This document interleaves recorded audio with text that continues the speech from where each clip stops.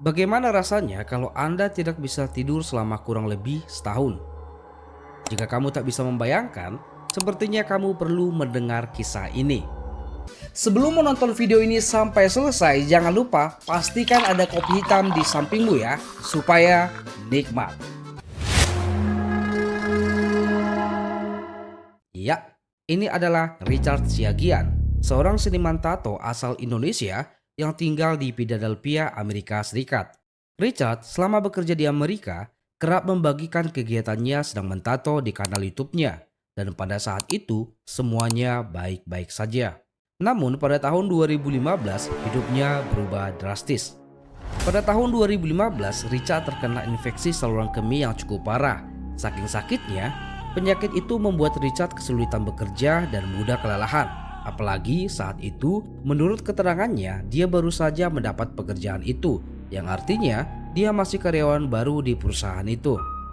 Sayangnya, meski menahan rasa sakit, Richard tidak langsung pergi ke rumah sakit untuk berobat karena dia tidak memiliki asuransi kesehatan di Amerika Serikat. Apalagi jika dia berobat mandiri tanpa asuransi, biayanya sangatlah mahal. Halangan itu membuatnya memilih untuk mengadukan kondisi kesehatannya ke atasannya dan berharap mendapatkan solusi. Setelah mengadukan ke atasannya, Richard lalu diberikan obat antibiotik yang saat itu menurut pengakuan bosnya, obat tersebut belum pernah digunakan semenjak dibeli, dan mengatakan kalau obat itu dapat menyembuhkan infeksinya dengan cepat. Karena sebelumnya bosnya itu pernah mengalami sakit yang sama seperti yang dialami Richard.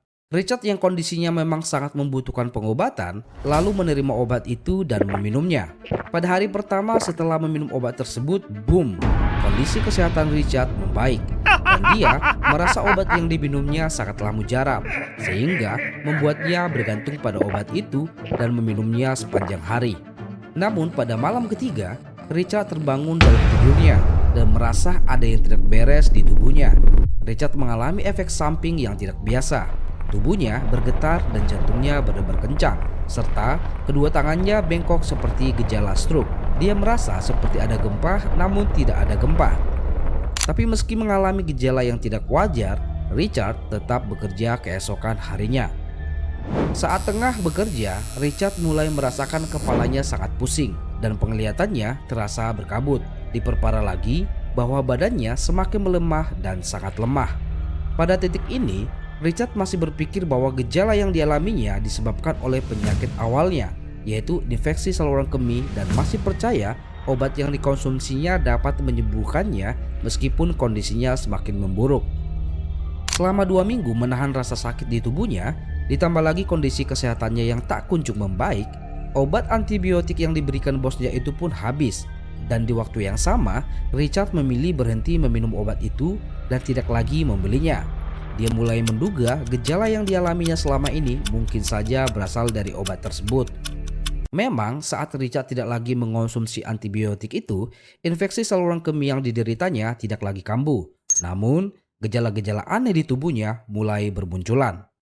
Richard harus kembali bertarung dengan penyakit lain, yaitu susah tidur.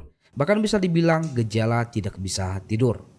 Pada kondisi yang sama, Richard mendapat kabar dari kampung halamannya di Indonesia bahwa ibunya sedang sakit kronis, dan dia khawatir tidak sempat melihat ibunya jika nantinya meninggal dunia. Apalagi ketika ayahnya meninggal dunia, dia tidak bisa pulang ke Indonesia karena terhalang jadwal pekerjaan. Tidak mau memiliki pengalaman yang sama ketika kehilangan ayahnya, Richard lalu memutuskan pulang ke Indonesia untuk bertemu dan melihat ibunya, walaupun kondisi kesehatannya belum membaik. Di Indonesia, setelah melihat ibunya meninggal dunia, Richard lalu berobat ke dokter. Di sana, dokter menyebut dia mengalami masalah insomnia dan memberikannya obat penenang. Dan obat dari dokter itu pula dia konsumsi setiap hari. Selama di Indonesia, Richard rutin meminum obat dari dokter, meski kondisinya tidak kunjung membaik.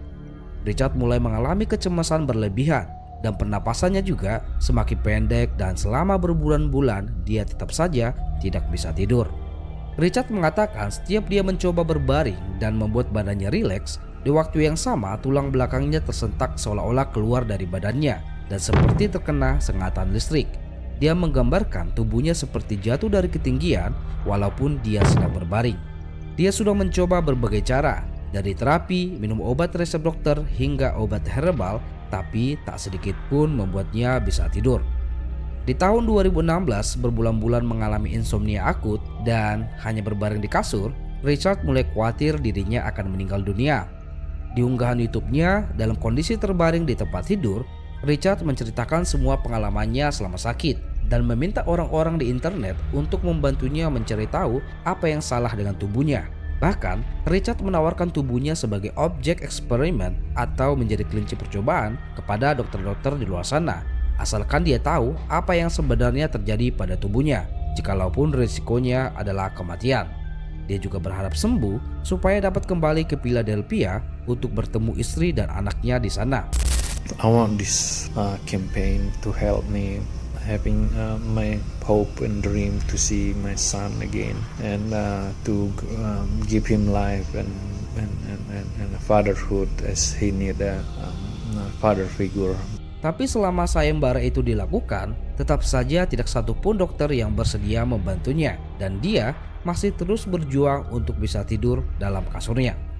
Berbulan-bulan tidak bisa tidur, Richard menunjukkan bahwa kulit wajahnya sudah mulai terkelupas. Hal itu membuatnya mulai putus asa dan mengatakan dirinya rela mendonorkan kedua kakinya jika itu bisa membuatnya tidur meski hanya 3 jam dalam sehari. Di video selanjutnya, Richard masih mendokumentasikan dirinya berbaring dan mulai mengalami demensia. Dia mulai berbicara ngelantur dan bicara tentang teori konspirasi. Dia juga mengatakan bahwa dirinya tidak bisa berbuat apa-apa lagi. Obat yang diminumnya juga disebut semakin memperparah kondisinya. I cannot sleep anymore and the medicine doesn't work anymore. The sleeping drugs is not help anymore and it's only causing more damage as we know it's dangerous. Tidak bisa tidur, diliputi kecemasan, putus asa, dan merasa tidak ada lagi harapan. Richard mengatakan bahwa satu-satunya yang dia inginkan hanyalah kematian. This is the time when I want to. I'm sorry for the word, but I'm not. It sounds negative, but I wanna die. Permintaan itu pun terkabul. Pada bulan Desember 2016, akhirnya tubuh Richard menyerah dan dia dapat tidur selamanya. Sebenarnya apa yang terjadi pada Richard? Menurut ilmu kedokteran, Richard mengalami insomnia fatal, penyakit prion neurodegeneratif yang sangat langka. Penyakit ini menyebabkan penderitanya kesulitan tidur yang parah, disertai dengan gejala gangguan bicara, gangguan koordinasi, dan demensia. Jika orang mengidap kelainan ini dengan jangka panjang, bisa menyebabkan kematian. Fatal insomnia yang berujung pada kematian hanya berkisar 1-2 orang dari 1 juta orang di seluruh dunia, dan gejala ini dapat diturunkan dalam keluarga. Selain Richard, kejadian yang sama juga pernah terjadi di Italia yang diterbitkan di artikel BBC Indonesia.